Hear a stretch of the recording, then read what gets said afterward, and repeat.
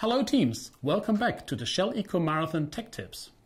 Today's topic is the vehicle emergency shutdown.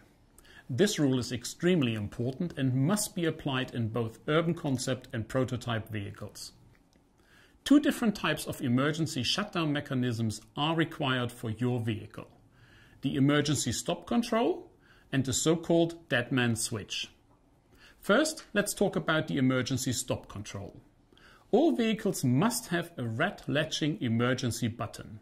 This stop button is required for spark ignition engines, battery electric, and hydrogen fuel cell vehicles.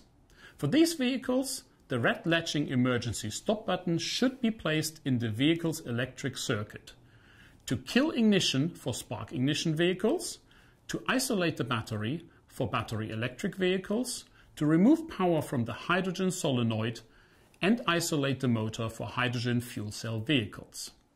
But remember, on spark ignition vehicles, the red latching emergency stop button does not need to isolate the accessory battery. The red latching push button should be round and of sufficient size to allow for easy visibility and operation. For compression ignition engines, the emergency stop mechanism is required to shut down the fuel or airflow to the engine. This can be accomplished by either incorporating an electric solenoid device or by a mechanical actuator. If an electric solenoid is used, a latching red push button is required. If a mechanical actuator is used, a red push-pull lever is required. Now I'll talk about the so-called dead man safety switch. The dead man safety switch device is required to shut down the engine or motor if the driver passes out or becomes unable to drive.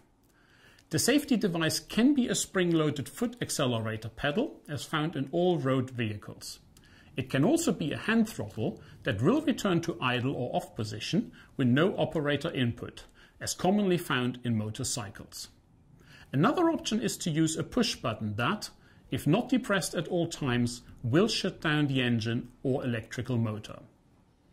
I hope you found this tech tip helpful as you prepare your vehicle for Shell Eco Marathon. And remember, you can always ask your technical questions on the Facebook groups or via email.